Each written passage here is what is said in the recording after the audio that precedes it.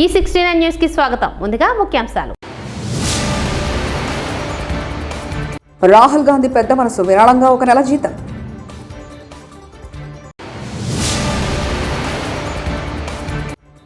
బ్యారేజీ గేట్లు ఊరిపోయిన ఘటనలో బాధితులను కఠినంగా శిక్షించాలి వైఎస్ షర్మిల.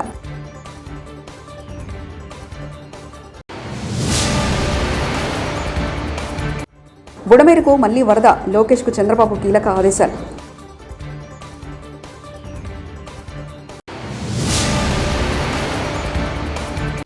నేను బయటకు వస్తే సహాయ చర్యలకు ఆటంకం, డిప్యూటీ సీఎం పవన్.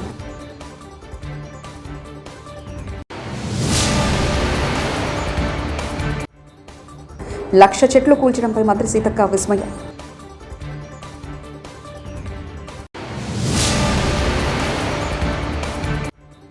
మేడారం ప్రాంతంలో నేల కొరిగిన 50,000 చెట్లు. లోక్సభ ప్రతిపక్ష నాయకుడు, కాంగ్రెస్ ఎంపీ, ఆ పార్టీ అగ్రనేత రాహుల్ గాంధీ మరోసారి తన పెద్ద మనసు చాటుకున్నారు. కేరళలో ఇటీవల విలయం సృష్టించిన వయనాడు కొండ చర్యల బాధితులకు 1 నెల జీతాన్ని ప్రకటించారు. వయనాడులో పునరావాసం కోసం కార్యక్రమాలు చేపడుతున్న కేరళ ప్రదేశ్ కాంగ్రెస్ కమిటీకి కేపీసీసీ ఈ సాయాన్ని ఆయన అందజేయనున్నారు.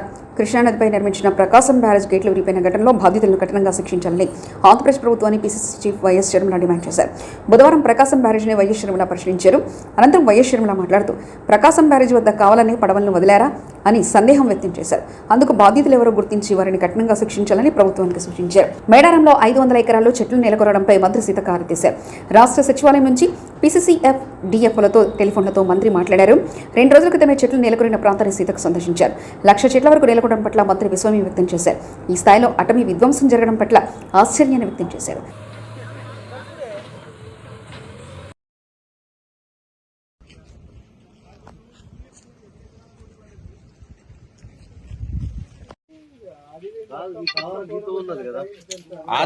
కరెక్ట్ అన్న. ఇప్పుడు ఆ తవ్వకు 5 కిలోమీటర్లు ఇక్కడ నుంచి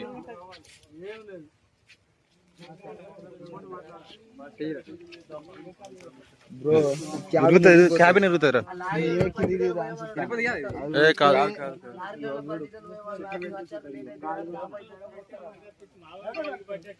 చంద్రబాబు ప్రభుత్వం అప్రమత్తంగా లేదని వేలెత్తి చూపిన పక్క రాష్ట్ర ముఖ్యమంత్రి, వరదల సమయంలో చంద్రబాబు ఫెయిల్ అయ్యాడని చెప్పకనే చెప్పిన తెలంగాణ సీఎం రేవంత్ రెడ్డి. వర్షము, ఒకే రకమైన పరిస్థితులు ఉంటే అవతలెంత జరిగింది నష్టం, యువతలెంత జరిగిందో ఒక అంచనా వేయండి. ఈ ప్రభుత్వం అప్రమత్తంగా ఉందో లేదో. అవతల నష్టం జరగడం కూడా బాధాకరం. అవతల జరిగి ఉండొద్దు, యువతల జరిగి ఉండొద్దు. కాకపోతే ఈ ప్రభుత్వం అప్రమత్తంగా ఉందా లేదా అని. హుజూర్ నగర పట్టణంలో శివాలయం సమీపంలో కాలనీలో మంత్రి ఉత్తమ్ కుమార్ రెడ్డి సందర్శించగా చెరుకట్ట వెంట నిర్మించిన కాలువ వల్లే స్థానికులు ఇబ్బంది పడుతున్నారని చెప్పారు. హుజూర్ నగర్ శ్రీనివాస్ మీద ఆగ్రహం వ్యక్తం చేస్తూ ఆయనను వెంటనే సస్పెండ్ చేయాలని ఉన్నతాధికారులకు ఆదేశించారు. ఇక్కడ ఉన్న ఏవీ శ్రీనివాస్ సస్పెండ్ చేయండి. అతని నెగ్లిజెన్స్ వల్ల జనానికి చాలా ఇబ్బంది అవుతుంది. ఓకే. వరదల్లో మునిగిపోయిన వాహనాలను ఫైర్ డిపార్ట్మెంట్ సిబ్బందితో క్లీన్ చేస్తాం. అలాగే ఆ వాహనాల రిపేర్ కోసం బ్యాంకులతో, ఇన్సూరెన్స్ కంపెనీలతో మాట్లాడి ఇన్సూరెన్స్ క్లెయిమ్ అయ్యేలా చేస్తామంటూ సీఎం చంద్రబాబు నాయుడు వ్యాఖ్యానించారు. కూడా ఫైర్ సర్వీస్ అప్పచెప్తున్నాం. ఎక్కడికక్కడ అవి కూడా క్లీన్ చేసి మళ్ళా రిపేర్ గంట పంపించే విధంగా. ఇంకో పక్కన రేపో ఎల్లుండో బ్యాంకర్స్తో, ఇన్సూరెన్స్ కంపెనీస్తో కూడా ఒక మీటింగ్ పెట్టుకుంటాం. ఏవైతే మోటార్ వెహికల్స్ ఉన్నాయో, లేకుంటే ఈ ఆటోలు కానీ కార్లు కానీ ఉన్నాయో వాళ్ళకందరికీ ఇన్సూరెన్స్ ఇప్పించాల్సిన అవసరం ఉంది. ఆ ఇన్సూరెన్స్ ఇప్పించడానికి ఏమేం చేయాలో చేసి ఒక 15 days లోపల అవసరమైతే సర్టిఫికెట్స్ అన్ని కూడా ఇప్పించి ఏ విధంగా క్లెయిమ్స్ అన్ని సెటిల్ చేయాలో చేస్తాం. ఆంధ్రప్రదేశ్లో భారీ వర్షాలకు రాష్ట్ర వ్యాప్తంగా భారీ నష్టం జరిగినట్లు ఏపీ ఉప ముఖ్యమంత్రి పవన్ కళ్యాణ్ తెలిపారు. పంటలు, రోడ్లు తీవ్రంగా నష్టపోయినట్లు పవన్ వివరించారు. ఏపీలో 3,312 కిలోమీటర్ల మేర రోడ్లు కొట్టుకుపోయి రోడ్లు, భవనాల శాఖకు తీవ్ర నష్టం వాటిల్లినట్లు ఆయన వివరించారు. అలాగే 1.69 లక్షల ఎకరాల్లో పంటలు నీట మునిగి రైతులు నష్టపోయినట్లు డిప్యూటీ సీఎం వెల్లడించారు. 18,424 హెక్టార్లతో ఉద్యానవన పంటలకు సైతం నష్టం వాటిల్లినట్లు ఆయన చెప్పారు. పంచాయతీరాజ్ ఇంజనీరింగ్ డిపార్ట్మెంట్ సంబంధించిన 233 కిలోమీటర్ల మేర రోడ్లు పూర్తిగా దెబ్బతిన్నట్లు పవన్ వెల్లడించారు. వరదల కారణంగా మత్స్యకారులకు చెందిన సుమారు 60 పడవలు దెబ్బతిన్నట్లు డిప్యూటీ సీఎం పవన్ తెలిపారు.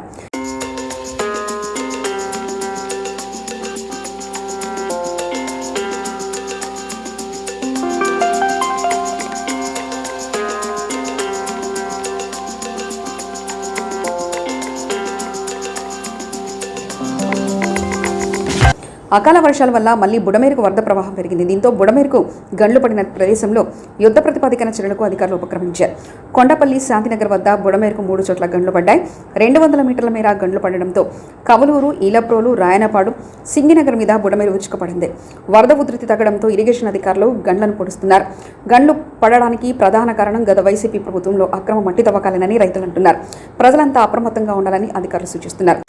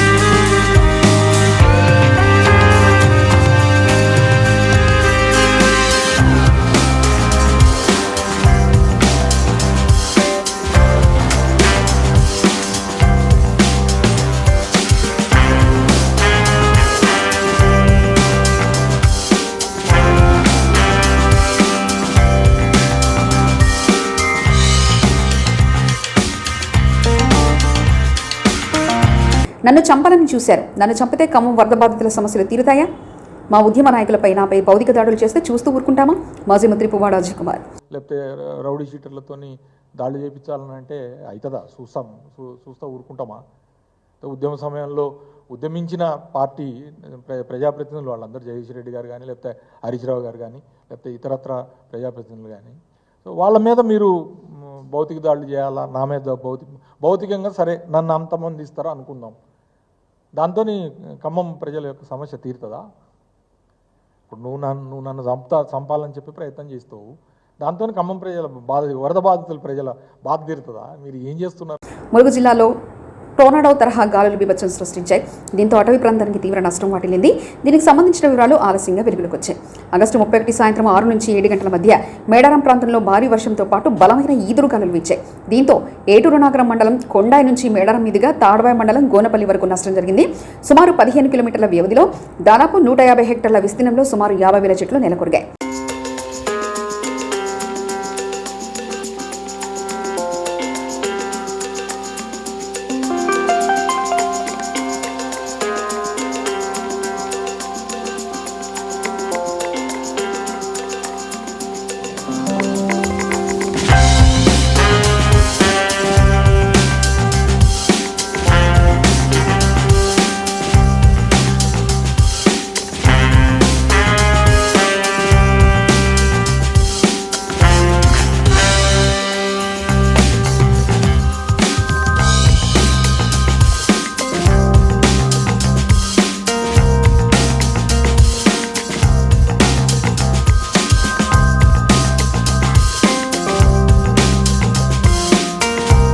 శ్రీశైలం పవర్ హౌస్లో భారీ పేలుడుతో 7 నంబర్ యూనిట్లో నిలిచిపోయిన విద్యుత్ ఉత్పత్తి, భయోందనకు గురైన ఉద్యోగులు, పేలుడుకు సంబంధించిన పూర్తి వివరాలు తెలియాల్సి ఉంది.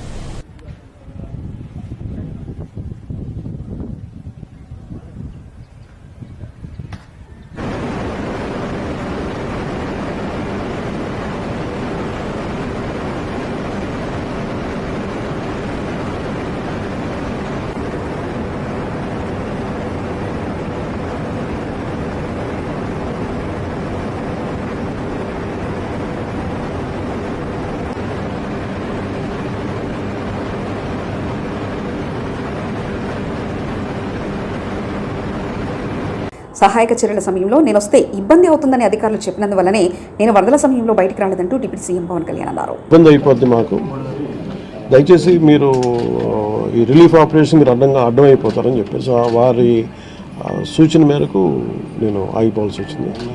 ఇప్పుడు కూడా ఒకసారి వాళ్ళ నిర్ణయం తీసుకొని వాళ్ళు టేక్ ఎక్కాలి. వెళ్తే అది సహాయపడాలి కానీ మళ్ళీ ఇంకొక కేయాటిక్ మీకు తెలుసు కదా, అందుకని దాన్ని దృష్టిలో పెట్టుకుని కొంచెం చట్టపాయిస్తున్నాను అంతే విషయం. లేదు కొంచెం ఇబ్బంది లేదంటే ముందు మెయిన్ అధికారులు పాపం గత 72 గంటల నుంచి వాళ్ళు నలిగిపోతాను నిద్రాహారాలు లేకుండా. సో వాళ్ళని దృష్టిలో పెట్టుకొని మళ్ళీ నేను వెళ్ళి సహాయపడాలి కానీ మళ్ళీ అది అదనపు బరువు అయితే మళ్ళీ ఆ రెస్క్యూ ఆపరేషన్స్ ఇబ్బంది కలగకూడదని చెప్పి నేను దాన్ని దృష్టిలో పెట్టుకొని నేను స్వయంగా నేను పర్యవేక్షిస్తున్నాను.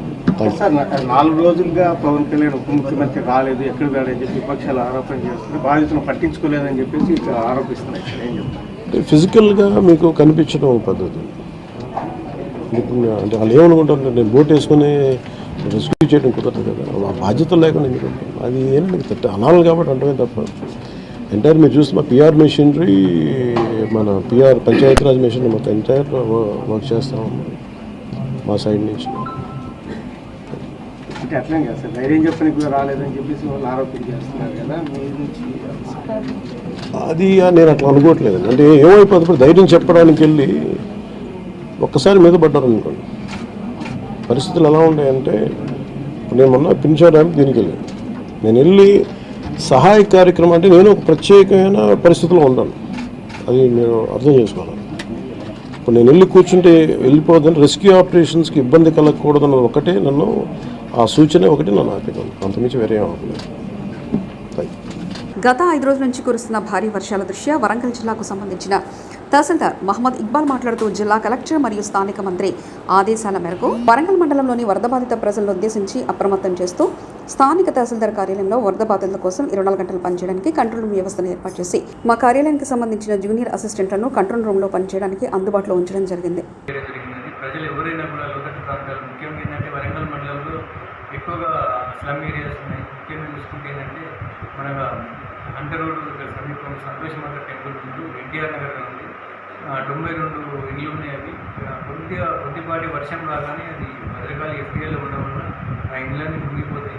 అలాంటి వాళ్ళకు కూడా మేము వెంటనే జిల్లా కలెక్టర్ గారి ఆదేశాల ప్రకారం మరియు మంత్రివర్గ ఆదేశాల ప్రకారం కూడా మేము వెంటనే స్పందించి వాళ్ళందరినీ కూడా మార్వాడి భవన్కు షిఫ్ట్ చేయడం జరిగినది. అదేవిధంగా వారికి కావాల్సినటువంటి అన్ని రకాలైనటువంటి సదుపాయాలు మున్సిపల్ కార్పొరేషన్ అధికారులతో ఉత్తమంగా చేకూర్చడం జరిగింది.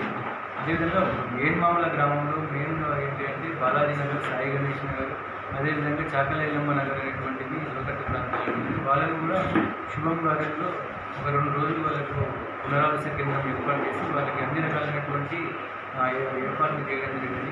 ప్రజలందరికీ వరంగల్ మండల ప్రజలందరికీ విజ్ఞప్తి ఏమైనా మీకు ఈ వరదల వలన ఈ భారీ వర్షాల వలన ఏ విధమైనటువంటి సమస్య తలెత్తినా కూడా మా వరంగల్ తహసీల్దార్ కార్యాలయంలో ఉన్నటువంటి టోల్ ఫ్రీ నెంబర్కు కాల్ చేయవలసిందిగా తెలుపుతున్నాము. మేము వెళ్ళవేళ్ళుగా మేము ప్రజలకు అందుబాటులో ఉండి వారికి కావాల్సినటువంటి సహాయ సహకారాలు అందిస్తాము. అదేవిధంగా ఏమైనా డ్యామేజెస్ ఇండ్లు కానీ పాక్షికంగా కానీ పూర్తిగా కానీ ఏమైనా ఇళ్ళ కనుక నష్టం జరిగితే అట్టి వివరాలు కూడా మాకు ఇస్తే కనుక మేము విచారణ జరిపి వారికి ప్రభుత్వం నుంచి రఘునాథ్పల్లి మండలంలో దెబ్బతిన్న అంతర్గత రోడ్డు మరమ్మతు పనులను వెంటనే చేపట్టాలని సిపిఎం మండల కమిటీ ఆధ్వర్యంలో నిరసన కార్యక్రమం చేపట్టడం జరిగింది. ఈ కార్యక్రమానికి ముఖ్య అతిథిగా హాజరైన సిపిఎం జిల్లా కార్యదర్శి వర్గ సభ్యులు రాపర్తి రాజు గారు మాట్లాడుతూ మండలంలో వివిధ గ్రామాల్లో వర్షాల కారణంగా దెబ్బతిన్న రోడ్లను తక్షణమే మరమ్మతులు చేపట్టాలని, రోడ్డు ప్రమాదాలను నివారించాలని సిపిఎం జిల్లా కార్యదర్శి వర్గ సభ్యులు రాపర్తి రాజు ప్రభుత్వాన్ని డిమాండ్ చేశారు. ఎక్కడికక్కడ ఉద్యమాలు చేపడతామని హెచ్చరించారు.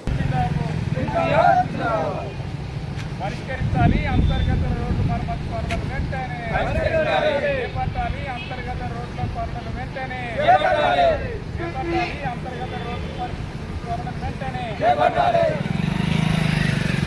సోదరులారా, రఘునాథ్పల్లి మండల ప్రధాన కేంద్రంలో ప్రధానమైనటువంటి రహదారి సాధారణ వర్షం పడితేనే ఈరోజు ఓరైనటువంటి పరిస్థితుల్లో ఈరోజు బురద గుంటలతోటి వాహనదారులు ప్రజలకు తీరైనటువంటి ఇబ్బందులు కలుగుతున్నటువంటి పరిస్థితి ఉన్నది. ఇంత అధ్వానంగా ఇవాళ వచ్చినటువంటి భారీ వర్షాలకు కూడా రోడ్లు ఎక్కడికక్కడ మండలంలో దెబ్బతిన్న పరిస్థితి ఉన్నది. ఈ దెబ్బతిన్న అంతర్గత రోడ్లను వెంటనే ప్రభుత్వం సంబంధిత అధికారులు ఈ దృష్టి పెట్టి ఈ రోడ్ మరమ్మతు పనులను చేపట్టాలని చెప్పేసి సిపిఎం పార్టీ మల్లకొండ ఆధ్వర్యంలో ఓ నిరసన కార్యక్రమాన్ని ఈరోజు తెలియజేయడం జరిగింది. ఇది చెప్తా ఉన్నాం, ఈ ప్రభుత్వం అట్లాగే మండల కేంద్రంలో అట్లాగే ఇటీవల కురిసినటువంటి వర్షాల వల్ల ఈ మండలంలో దెబ్బతిన్నటువంటి రోడ్ మరమ్మతు పనులను చేపట్టాలని, ఈ ప్రజలకు ఆటంకం లేకుండా రోడ్లను నిర్మాణ పనులు చేపట్టి ప్రజలకు వాహనదారులకు ఇబ్బందులు లేకుండా చూడాలని చెప్పేసి సిపిఎం పార్టీ మేము డిమాండ్ చేస్తున్నాం. లేని పక్షంలో మండలంలో ఎక్కడికక్కడ పెద్ద ఎత్తున సిపిఎం పార్టీ గ్రామ పార్టీ శాఖలు అట్లాగే మండల కమిటీ ఆధ్వర్యంలో పెద్ద ఎత్తున నిరసన కార్యక్రమాలు, పోరాటాలు, ఉద్యమాలు చేస్తామని చెప్పేసి సందర్భంగా రాహుల్ గాంధీ పెద్ద మనసు, విరాళంగా 1 నెల జీతం.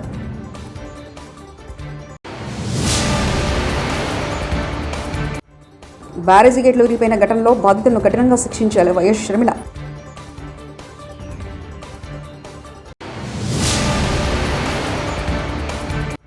బుడమేరుకు మళ్లీ వరద, లోకేష్కు చంద్రబాబు కీలక ఆదేశాలు.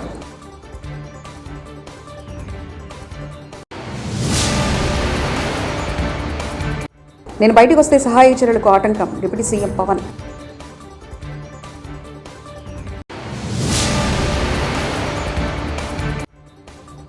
లక్ష చెట్లు కూల్చడంపై మంత్రి సీతక్క విస్మయం.